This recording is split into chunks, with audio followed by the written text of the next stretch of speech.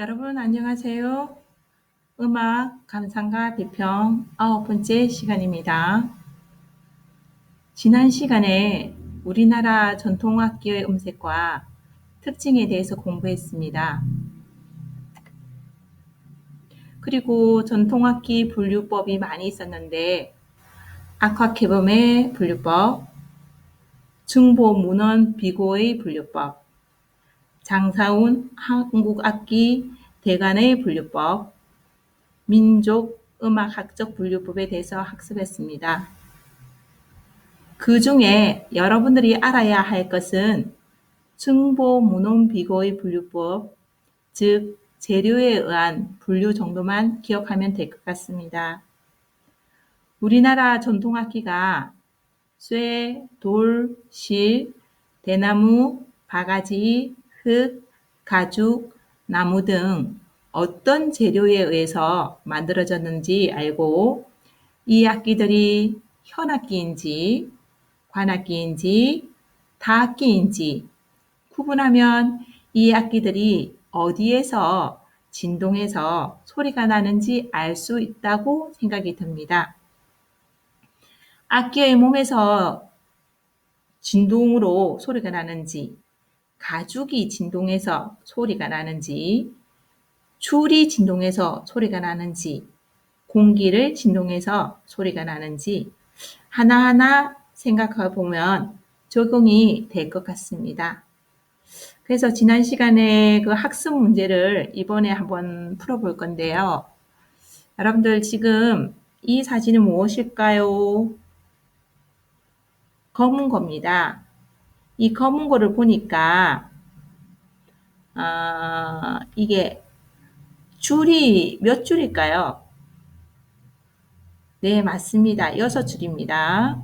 그리고 그 쾌는 옆으로 되어 있는 거 있죠? 그게 쾌입니다. 그거는 몇 개? 16개입니다. 그래서 왼손으로 쾌를 잡습니다. 그림 왼손으로 되어 있죠? 오른손으로는 보면 식지와 장지 사이에 술대를 끼웁니다. 그 식지라는 것은 집게 손가락이에요. 장지는 가운데 손가락이에요. 이렇게 식지와 장지 사이에 술대를 끼우고 줄을 내려치거나 뜯어 올리며 소리내는 악기입니다. 이 악기의 이름은 검은고입니다. 네, 맞습니다. 자, 그 다음에 두 번째 문제는요. 이 악기였는데 이 악기 뭐예요? 네, 태평소죠. 태평소입니다. 쇠나비라고 하기도 하고 날라리라고도 부르기도 하는 이 악기는 소리가 굉장히 강합니다. 힘차고 높아서 되치타나 풍물놀이에서 가락 악기로 사용되는 그 원추형 목관 악기입니다. 보면 농악에서 여러분들 농악을 요즘은 보기가 참 힘들죠.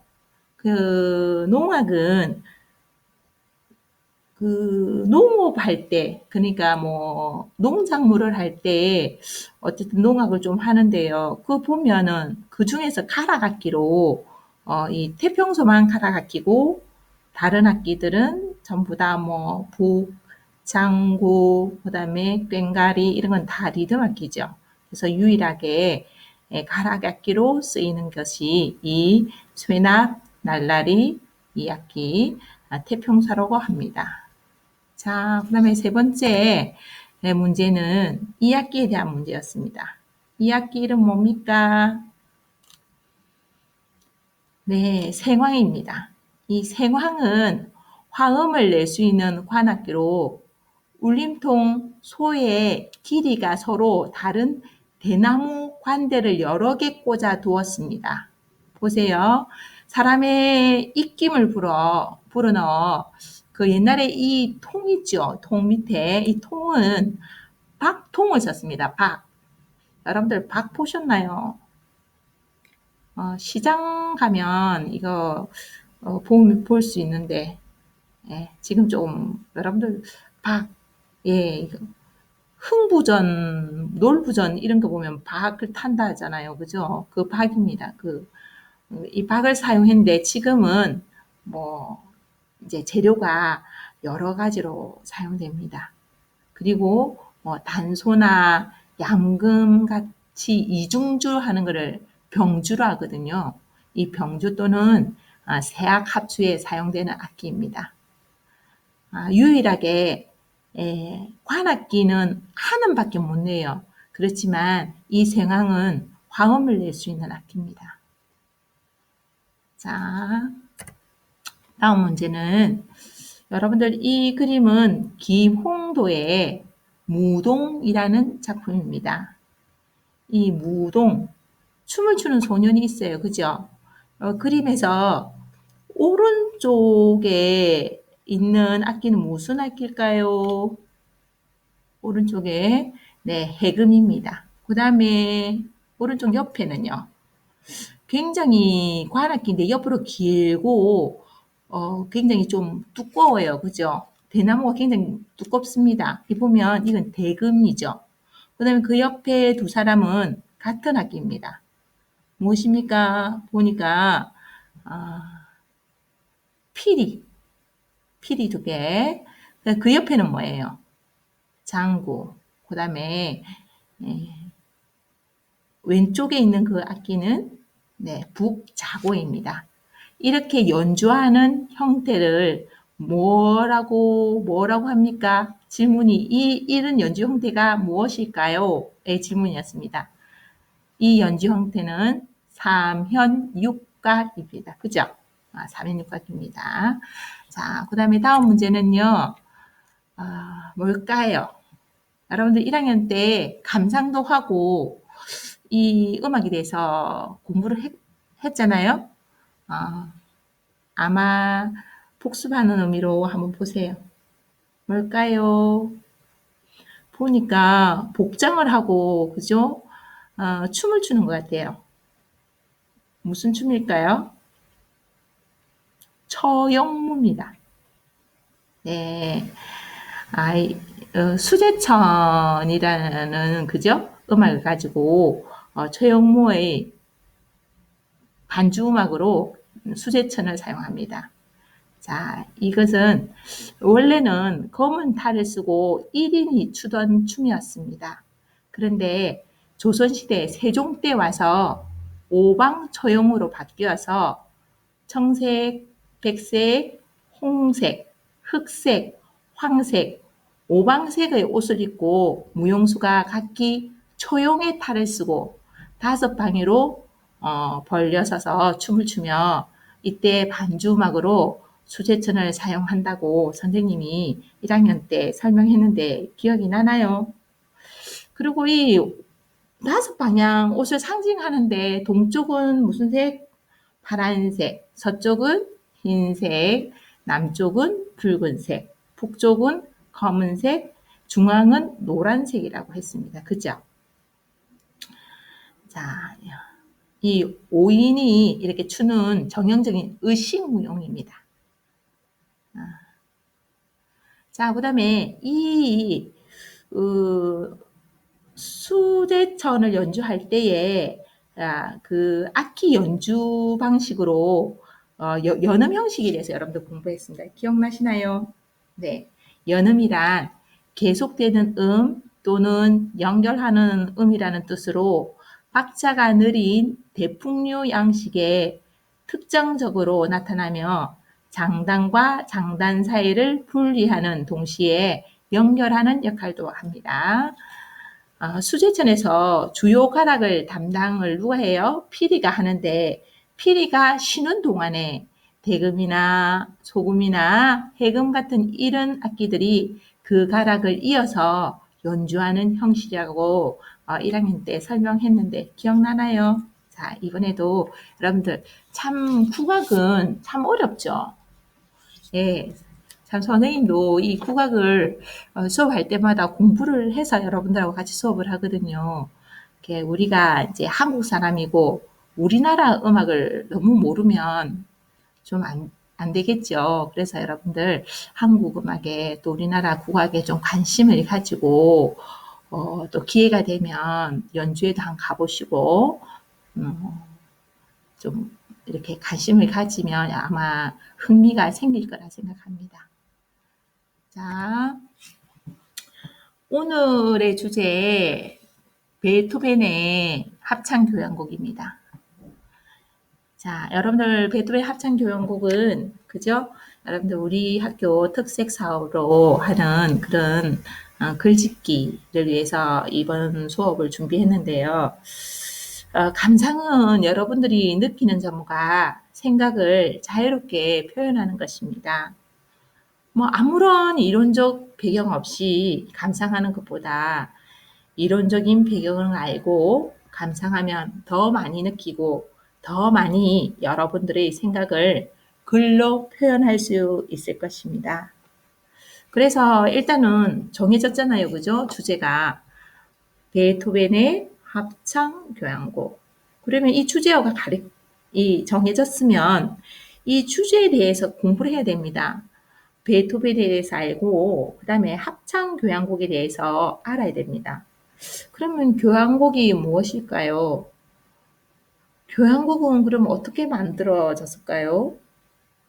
그리고 교향곡은 구성이 어떻게 되어 있는지 참으로 많은 부분을 학습해야 된다고 생각이 듭니다. 그리고 합창교향곡이라고 하니 교향곡은 여러분들 기악곡이라는 것은 알고 있죠.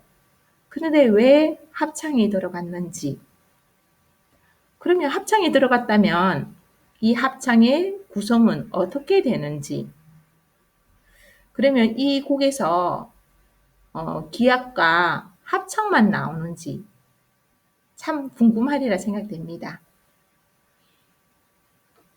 자, 이 합창 교향곡에서 그 내용을 알려면 우리가 지난 시간에 사람이 가지고 있는 소리는 여성의 소리, 남성의 소리, 그리고 그 음력에 따라 다르게 표현되어 어울려지는 것이 합창이라고 학습했습니다. 이렇게 합창 교향곡에 대한 배경 지식을 이해하고 학습하려면 그 내용이 너무 방대합니다. 하지만 그 방대하지만 그냥 흘려서 그냥 넘어갈 거는 한번 들어보고 또 여러분들이 조금 외울 것은 조금 외워두면 다음에 또 다른 곡을 감상할 때 또 연결이 되어서 이해가 잘 되리라 생각이 듭니다.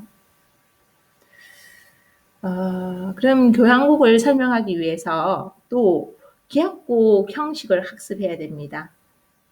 그래서 하나하나 세세하게 선생님이 설명할 수는 없고 대략적인 설명을 하고 여러분들이 감상하면 되겠습니다.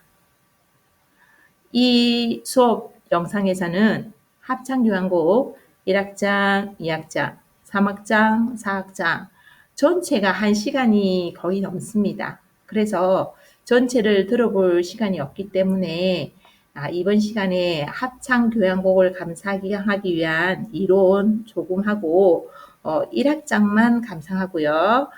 다음 시간에도 이론 조금 또 합창교향곡 4악장이 또 중요하기 때문에 4악장에 대해서 또 설명하고 2, 3, 4악장을 감상하면 좋겠지만 다음 시간에는 아마 4악장만 감상하게 될 것 같아요.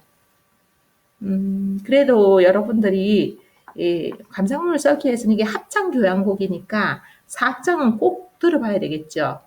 그래도 여러분들이 시간을 내어서 1악장, 2악장, 3악장, 4악장 다 들어보기를 권유합니다. 수업 시작도 하기 전에 어렵다고 포기하지 마시고 끝까지 수업에 경청해 주세요. 처음에는 어려워도 자주 접하면 쉽게 다가올 수 있습니다. 우리가 지난 시간에 국악에 대한 것도 1학년 여러분들 수업 시간에 선생님이 악기 다 보여줬잖아요. 수제천도 보여주고 그죠?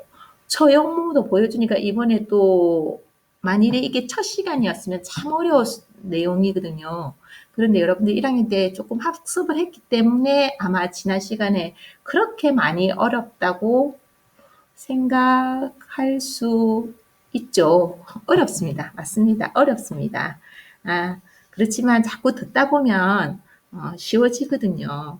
자, 그냥 우리 베토벤에 대해서 이제 베토벤의 합창 교향곡이니까 베토벤에 대해서 한번 알아보겠습니다. 지금 이 사진이 베토벤 사진입니다. 그 사진은 참 멋지게 나온 것 같아요. 베토벤은 1770년에 태어났습니다. 독일의 본에서 태어났으며 고전파 음악의 초대 완성자입니다. 그러니까 고전파 음악을 거의 확립했다고 보면 됩니다. 그리고 고전파와 낭만파의 다리 역할을 했습니다. 그래서 낭만파의 문을 연 음악가입니다.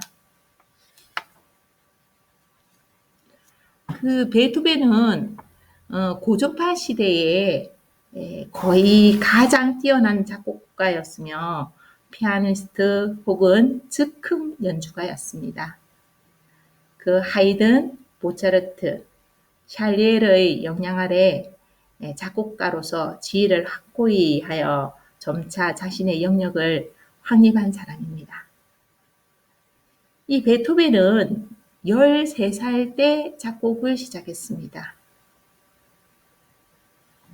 그리고 그의 일생을 보면요. 알코올 중독자였습니다. 베토벤이 알코올 중독자인 게 아니고 베토벤의 제 아버지가 알코올 중독자였습니다. 그래서 그리고 40살에 이제 그 40살의 결핵으로 숨진 베토벤의 어머니가 있었습니다. 그래서 16살 때부터 아버지와 동생 2명이 있어서 그 동생들을 책임져야 하는 가장이었습니다. 얼마나 힘들었겠어요. 그죠? 16살에 어머니가 돌아가시고 또 알코올 중독자인 아버지와 동생 2명을 책임져야 된다는 굉장히 중압감에 시달렸을 거라 생각이 듭니다. 그래서 그는 베토벤은 굉장히 심한 우울증과 건강 악화를 겪었습니다. 그래서 굉장히 복통이 심했다고 전해집니다. 배가 많이 아프고 그 다음에 가장 큰 문제는 여러분들이 알고 있듯이 들리지 않았습니다. 그래서 청력을 상실하게 되었죠. 그래서 베토벤의 유서 하일리겐슈타트의 유서에 알려진 게 있습니다. 그는 이렇게 말했습니다. 누구보다 더욱 완벽하게 갖춰야 하는 감각에 결함이 있다는 사실을 내가 어찌 받아들일 수 있을까? 나는 추방된 사람처럼 외톨이로 살아야 해. 사람들 가까이 다가가면 불에 댄 듯한 공포감이 나를 사로잡고 나의 상태가 간파될까봐 겁에 질린다. 여러분들 귀가 안 들리는데 다른 사람들이 알까봐 굉장히 베토벤도 굉장히 그 우회감 같은 걸 많이 느낀 것 같아요. 누구나 자기 귀가 안 들리면 그렇게 다른 사람의 이야기를 들을 수 없으니까 얼마나 힘들겠어요. 그죠? 그래서 이거는 화가가 이 시력을 잃어버린 거하고 똑같습니다. 그리고 외과 의사가 손을 못 쓰게 되는 것처럼 똑같은 거죠. 근데 작곡가가 음악을 하는 사람이 기머거리가 된다는 것은 굉장히 청력병력 같은 그런 큰일이었겠죠. 그렇지만 베토벤은 이 아픈 고통을, 이 현실을 음악으로 표현합니다. 이 들리지 않다면 이 죽을 것 같은 마음일 거잖아요. 그죠? 이 죽을 것 같은 괴로움과 절망, 삶이 무너져 내리는 고통을 수없이 맛보았겠죠. 하지만 베토벤은 어떻게 했습니까? 이 고통의 순간에 무엇으로 음악을 창조했습니다. 그래서 이 현실에서 오는 고통을 뭐로 승화시킵니까? 음악으로 승화시킵니다.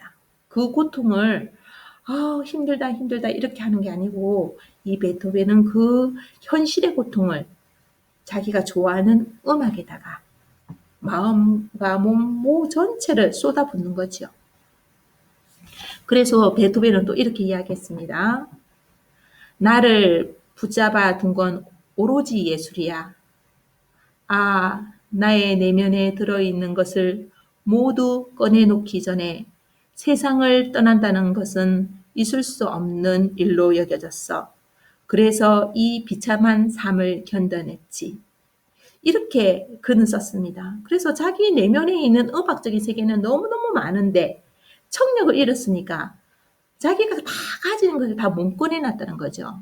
그래서 이것을 다 모든 것을 자기는 이 세상에 음악으로 표현하고 자기가 갈 길을 가겠다고는 그런 신념인 것 같습니다. 베토벤은 자신과 자신의 음악의 운명은 행복한 일일 수밖에 없고 자신의 음악을 듣는 사람은 온갖 불행에서 노연할 수 있을 것이라고 자기 음악을 듣는 사람들은 행복감에 빠질 수 있다고 베토벤은 자신했습니다. 그래서 자기의 고통을 스스로 고통을 고통으로 받아들이지 않고 고통을 음악적으로 표현한 것입니다. 그래서 여러분들 들어보셨죠? 운명교향곡이라는 거. 그죠? 그래서 그런 음악들이 나오는 것 같아요. 운명의 문을 여는 소리입니다. 딴딴딴딴, 딴딴딴딴. 이게 그냥 운명을 놓고 하는 소리거든요. 그렇게 표현이 되어 있습니다. 그래서 그 베토벤을 보면 키가 160cm 정도입니다. 남자가 160cm면 굉장히 작은 키잖아요. 그죠? 그래서 땅딸막한 체격을 가지고 있었고, 그 외모가 굉장히 잘생긴 남자가 아니고 굉장히 좀 못생겼다고 되어 있습니다. 그래서 베토벤은 평생 결혼을 못했어요. 그리고 사랑하는 여인은 우리가 뭐 베토벤, 뭐 카핑 베토벤도 있고 베토벤에 대한 영화가 좀 있습니다. 그죠? 그걸 보면 베토벤의 인생에 사랑은 있었지만 그 사랑을 이루지 못한 그런 사랑을 이루지 못한 그런 삶을 살았고 또 그거 보면 성격이 괴팍하게 나옵니다. 근데 실제로 이제 괴팍했다고 해요. 그 괴팍한 성격 때문에 쉽게 사람들과 어울리지 못하고 그는 평생 고독이라는 인생의 쓰라림을 안고 살았다고 합니다. 하지만 여기서 중요한 것은 그 고통을 승리와 기쁨으로 승화되게 하는 또 그 베토벤의 음악을 사랑하는 수많은 청중들이 있습니다. 그래서 베토벤은 유일하게 그 시대에 유일하게 귀족들과 가까운 친분도 쌓고 다방면으로 대우를 받은 사람입니다. 그 베토벤은 음악사에서 보면 모차르트를 신동이라 할 만큼 천재적인 작곡가라고 하죠, 우리가 모차르트를.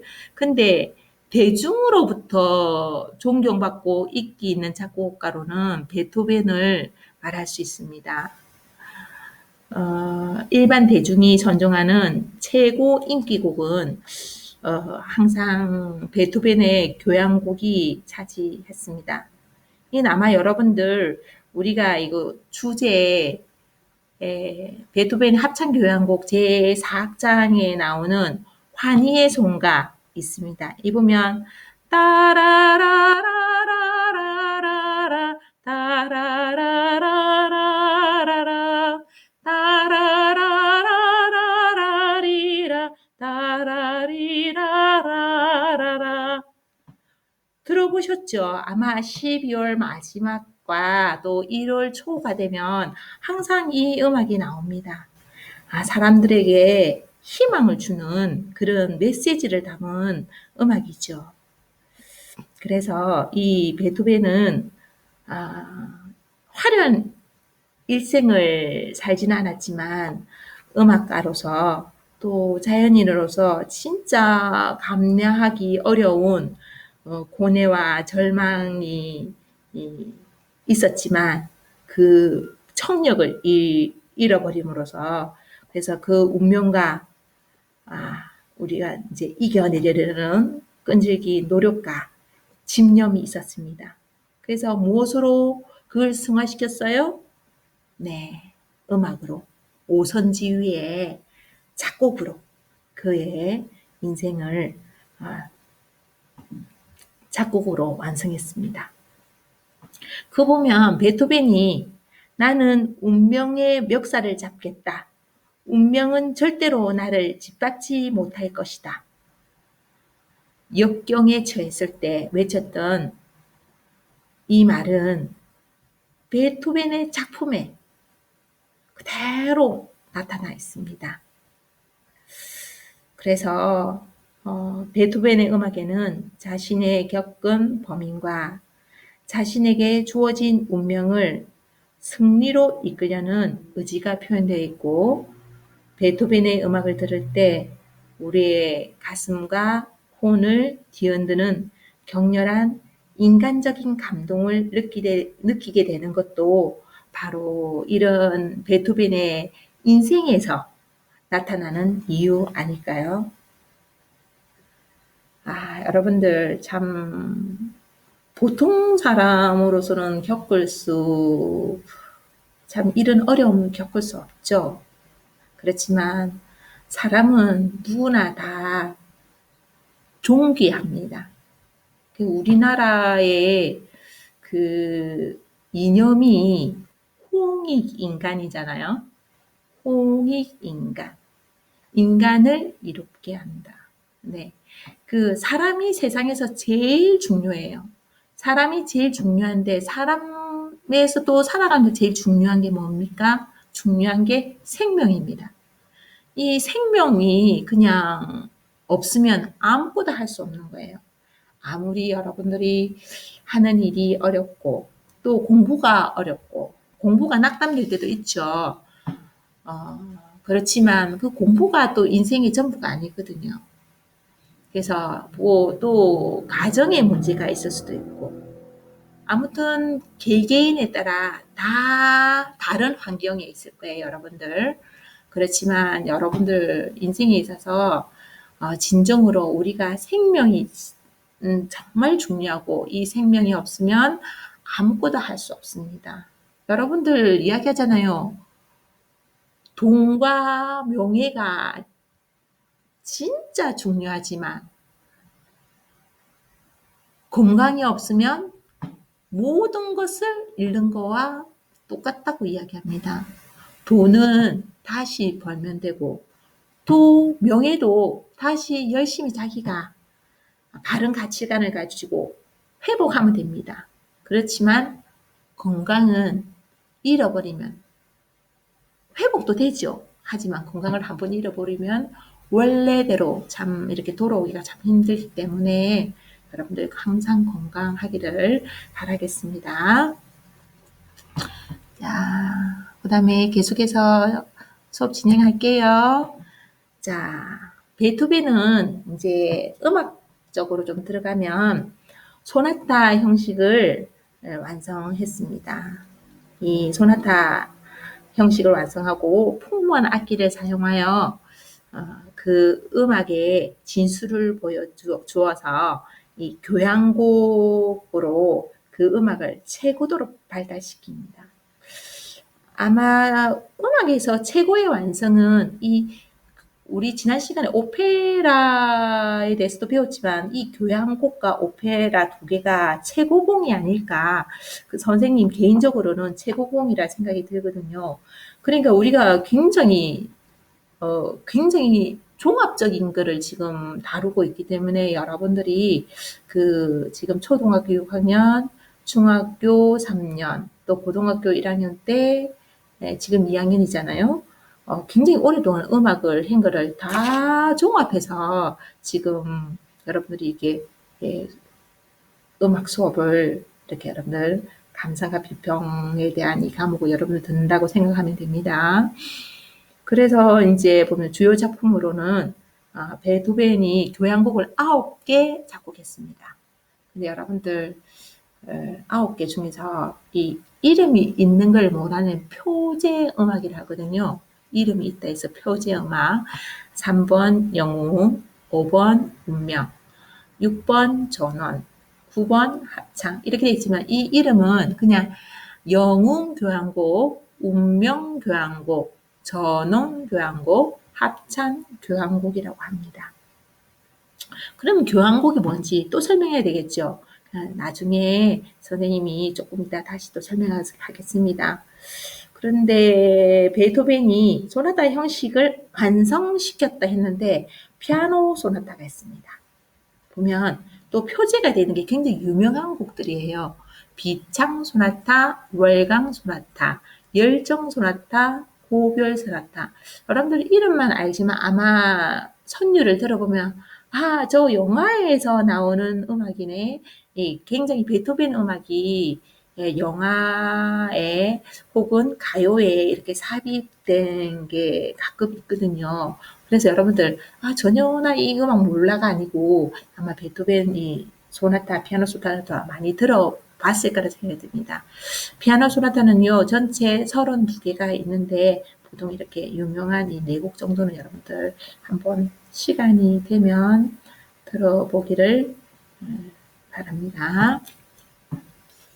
서곡은 에그몬트 서곡, 피델리오 서곡, 레오노레 서곡이 있습니다. 바이올린 소나타는 봄이라는 곡과 크로이츠라는 곡이 있고요. 또 피아노 협주곡은 황제 피아노 협주곡이 굉장히 유명합니다. 근데 협주곡은 또 뭘까? 어렵죠. 네. 오페라에는 피델리오, 레오노레 이런 것들이 있습니다.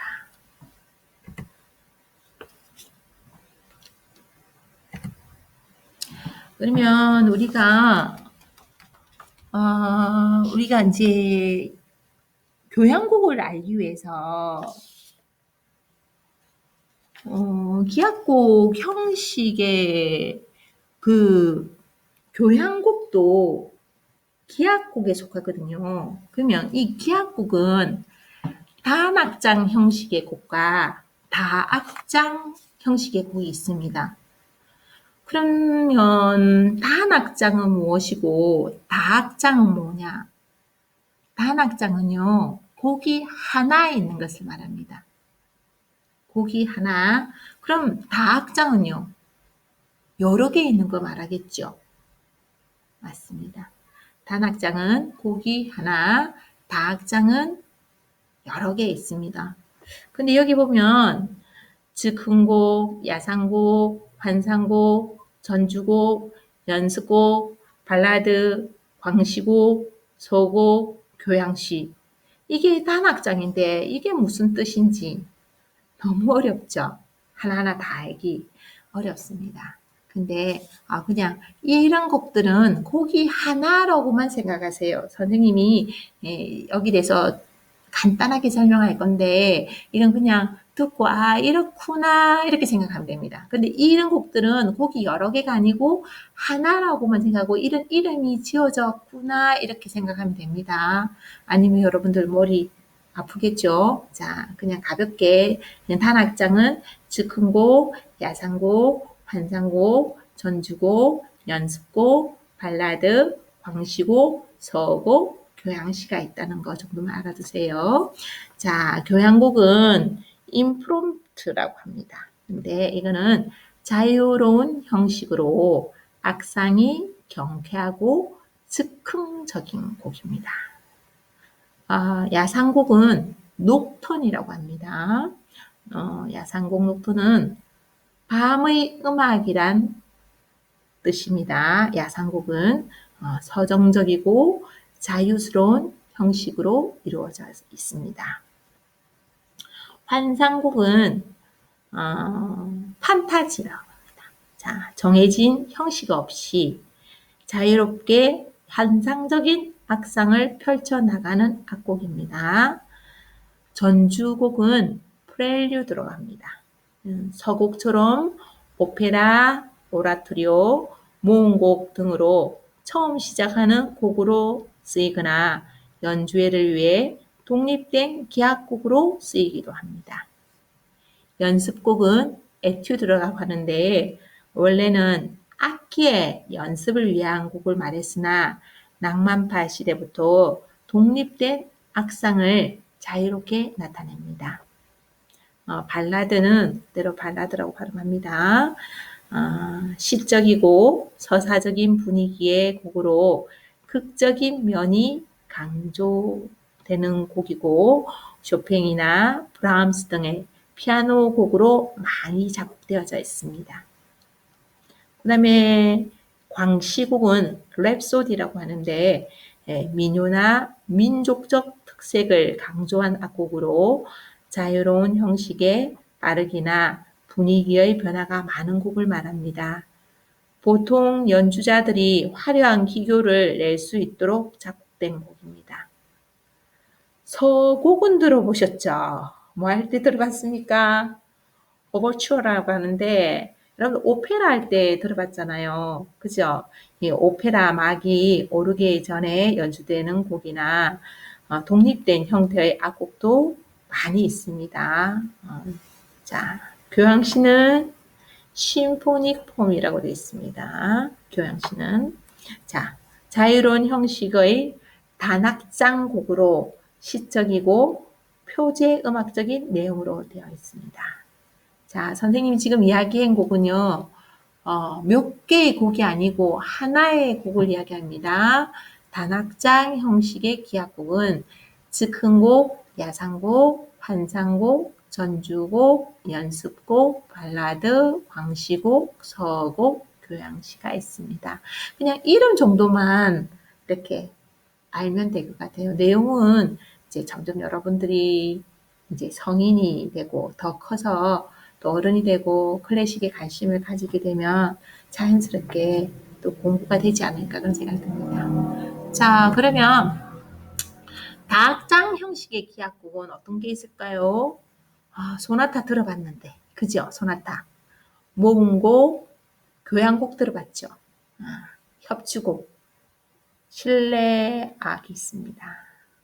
그럼 이건 뭘까요? 그냥 이것도 여러분들 여기서 좀 중요한 거는 소나타에 대해서 조금 알고 교향곡, 협주곡, 모음곡 그냥 다악장 많이 들어본 것 같아요. 그죠? 선생님이 간단하게 설명해 보겠습니다. 소나타는 기악곡 중에서 가장 완성된 악곡 형식입니다. 대개 소나타는 3개나 4개 악장으로 이루어져 있는데 보통 1악장은 소나타 형식을 씁니다. 그러면 소나타는 무엇이고 소나타 형식은 뭘까? 혼돈되죠? 혼란스럽습니다. 그죠? 소나타는 기악곡이고요. 소나타 형식은 이 기악곡의 형식입니다. 곡을 쓰는데 우리 그런 거 있잖아요. 예를 들어서 제일 쉬운 거 똑같아요. 무엇이 똑같은가? 젓가락 두 짝이 똑같아요. 이건 몇 마디로 되어 있습니까? 8마디로 되어 있죠. 이 8마디는 한도막 형식이라 하잖아요. 그러면 이 한도막 형식의 2배는 16마디겠죠. 16마디로 된 곡을 두도막 형식이라 하고 또 24마디로 한도막 한도막 3개 합쳐서 3개로 되어 있는 건 세도막 형식이라 하겠죠. 이렇게 형식이 있듯이 소나타는 기악곡으로도 쓰이지만 이 소나타 형식이라는 것은 이 우리가 한도막 형식, 두도막 형식, 세도막 형식과 같이 소나타 형식이 기악곡의 형식을 말합니다. 그래서 보통 이 형식은 여러분들 나중에 다음 시간에 아마 배우게 될 거예요. 이 소나타 형식에 대해서 또 배울 거거든요. 그래서 이 소나타는 기악곡의 한 종류라고 생각하면 됩니다. 형식과는 달라요. 자, 모음곡은 슈트입니다. 4곡 이상의 독립된 춤곡으로 구성된 고전 모음곡과 가극, 발레 혹은 극의 부수 음악 가운데 몇 곡을 모아 자유롭게 배열한 관현악곡 모음곡입니다. 관현악곡 모음곡입니다. 그 다음에 교향곡은 우리가 이제 합창 교향곡 할 거죠. 그죠? 지금 합창 교향곡 주제로 하고 있는데 이 역시 관현악으로 연주되는 대규모의 소나타입니다. 이거 소나타 나오네. 그죠? 보통 소나타와 같은 형식입니다. 그리고 교향곡은 보통 소나타 하면 피아노 소나타를 많이 생각하잖아요. 그죠? 그래서 보통 3개 악장, 4개 악장 이렇게 되어 있습니다. 근데 교향곡은요, 보통 4개의 악장으로 되어 있습니다. 교향곡은 보통 4개 악장으로 되어 있습니다. 자, 그 다음에 협주곡은 콘체르토라고 하는데, 이거는 여러분들 그 교향곡이나 모음곡이나 이런 곡들은 관현악단이 연주하잖아요. 그죠? 그 소나타는 보통 피아노 소나타를 많이 하기 때문에 피아노 소나타가 막 피아노로 연주되는 곡이 많고요. 모음곡이나 교향곡은 관현악으로 연주합니다. 그럼 협주곡 역시 이 관현악과 어떤 독주악기 하나를 첨가해서 그렇게 하거든요. 여러분들 보면 그렇게 생각하면 돼요. 그 관현악단이 있는데 그 관현악단 앞에서 어떤 악기가 나와서 독주로 연주하는 걸 그 조합을 협주곡이라고 생각하면 됩니다. 자, 보통 이 협주곡은 3악장으로 구성됩니다. 그래서 이제 이 협주곡은 독주악기가 기교를 발휘할 수 있는 그런 시간도 또 있습니다. 그러면 여러분들 생각해 보세요. 피아노랑 관현악단이 같이 연주한다. 이렇게 되면 피아노 협주곡이라고 합니다.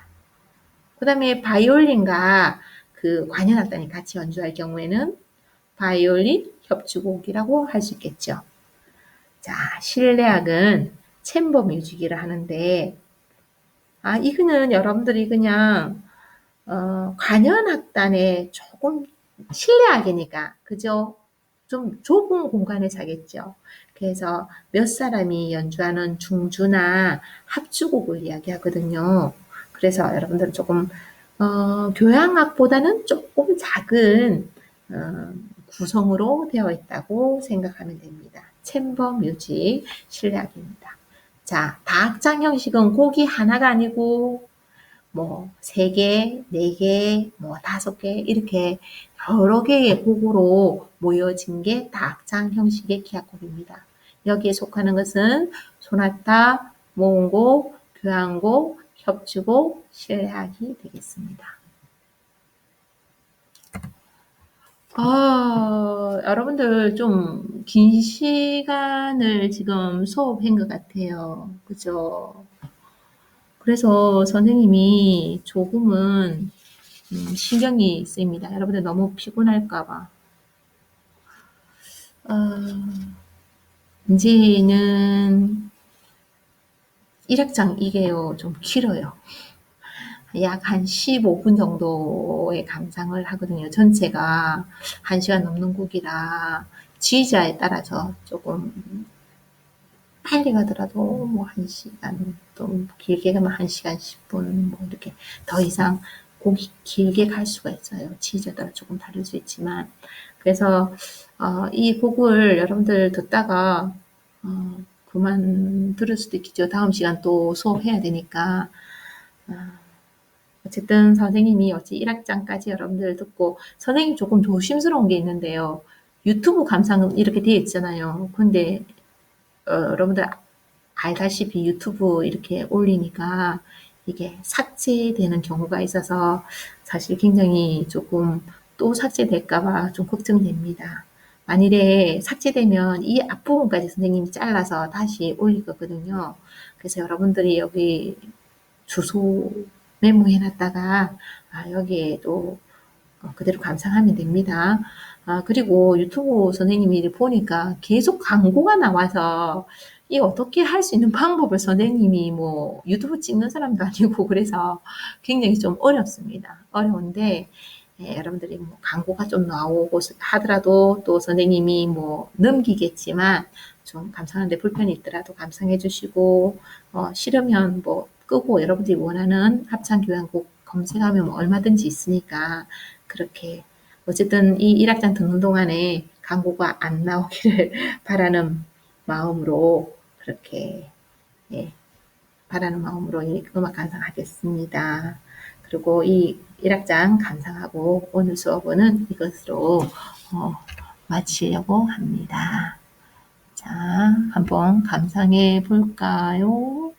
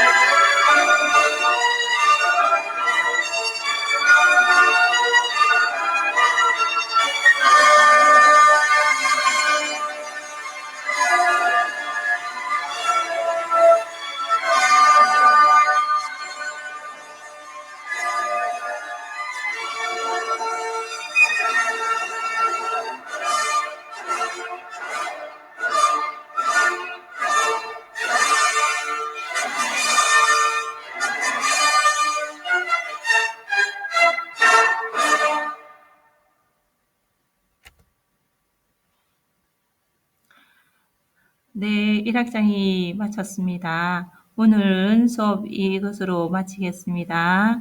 수고하셨습니다. 다음 시간에 만나요. 안녕.